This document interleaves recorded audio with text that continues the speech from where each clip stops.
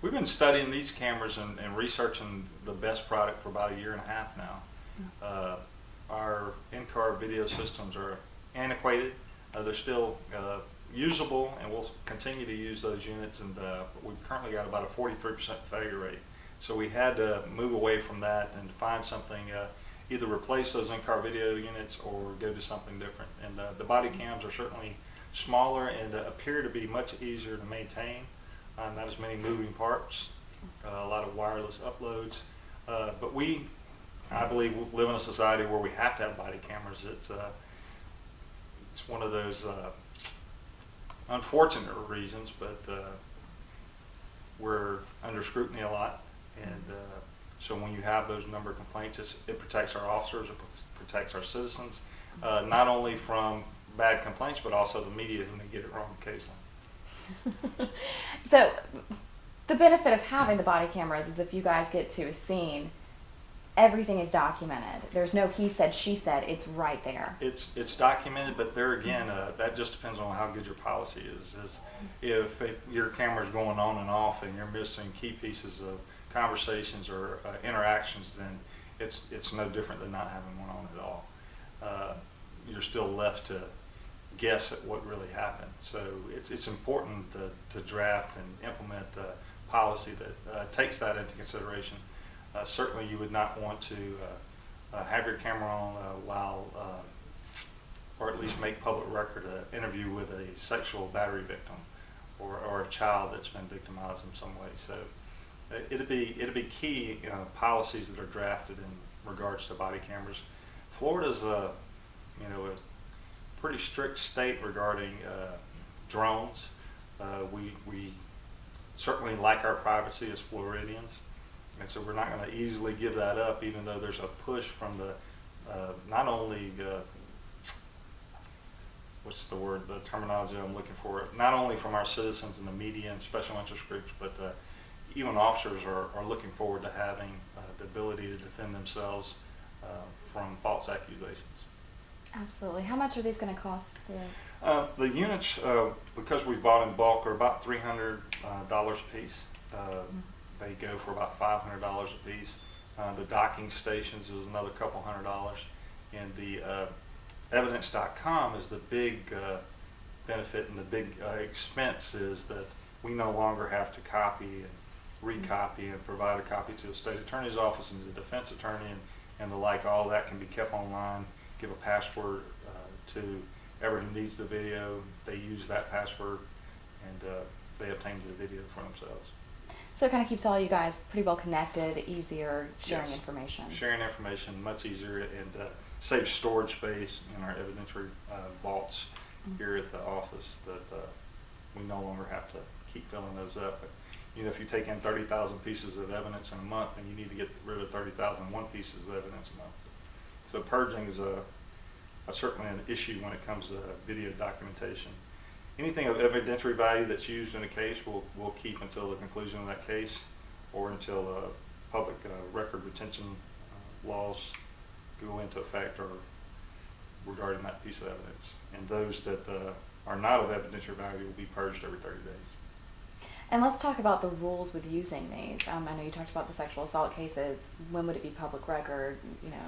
I think that whenever you're involved in interaction with anybody, that they'll have their cameras on. When that becomes a public record will be determined by policy and by law, specifically by law, and what is truly a public record. Ongoing investigations are not public record. Any sexual victim interview or information regarding that individual is not public record. So those things enumerated in law currently. I don't think the law is up to where it will be in regards to body cams and when that evidence can be used and can't be used.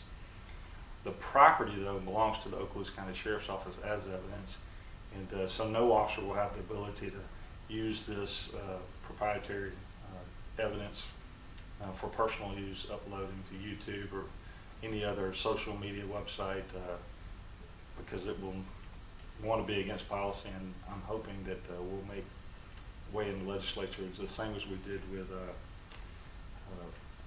autopsy photographs and the like. Absolutely, and right now it's kind of up in the air here in the state of Florida, where like you said, we got to catch up with our technology. Our laws are always trying to catch up with growing technology. I think a concern for some people is that kind of like mug shots, people can pull those, they can put them on websites, and it's almost like extortion. You've got to pay this fee to get that down. Is that something you guys are kind of concerned with the body camera footage? In regards to the photographs and mugshots, that is the number one complaint we received. As somehow we're control of what newspapers print. There are so many. I mean, any convenience store you go into, they've got the mugshot newspaper sitting there, and whether it's some teacher who got arrested for a DUI or petty theft or retail, and any profession, any person. It's not necessarily that person that's upset. It's their family. That here's a misdemeanor crime and their mugshots posted out there for everybody to see. We don't have any control over that. Florida law tells us what is a public record and what's not a public record. That's an issue that needs to be taken up with the Florida legislature, and to determine, do we want this to be? I think Representative Gates would be a good person to speak to, because there's a difference between being arrested and being convicted. And so, should mugshots of your arrest be posted prior to a conviction? And so I think that is certainly being looked at by the legislature. Is that right or is that wrong? Yeah, absolutely. Can you think of anything else? Well, just one thing I was thinking about was, what do you say to the people who think money would be better spent on hiring more deputies? I would say that they've never been in a multi-million-dollar lawsuit. They've never dealt with a riot or a displeased community. That it is money well spent protecting our officers, protecting our citizens from false complaints, and not just from false complaints, but the talking heads in the national media that would speculate on what happened. It seems though we've abdicated our responsibility to determine innocence and guilt from our courts and juries, and given that to the media and the mob. And that is one of the uses of these cameras, to protect our officers and to protect our citizens. An example I'm kind of thinking of is Ferguson. I mean, we saw what happened up there. I mean, if those officers had had the body cameras, it might have turned out a little different. I think you can go back as far as O.J. Simpson. The infamous chase down the interstate as he's in his white Bronco. Media, it influences the way people see things, and so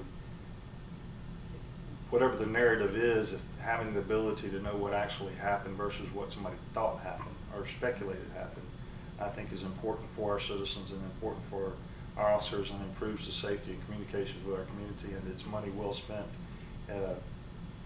It's not like we don't have cameras already. This is just an improvement upon what we already have.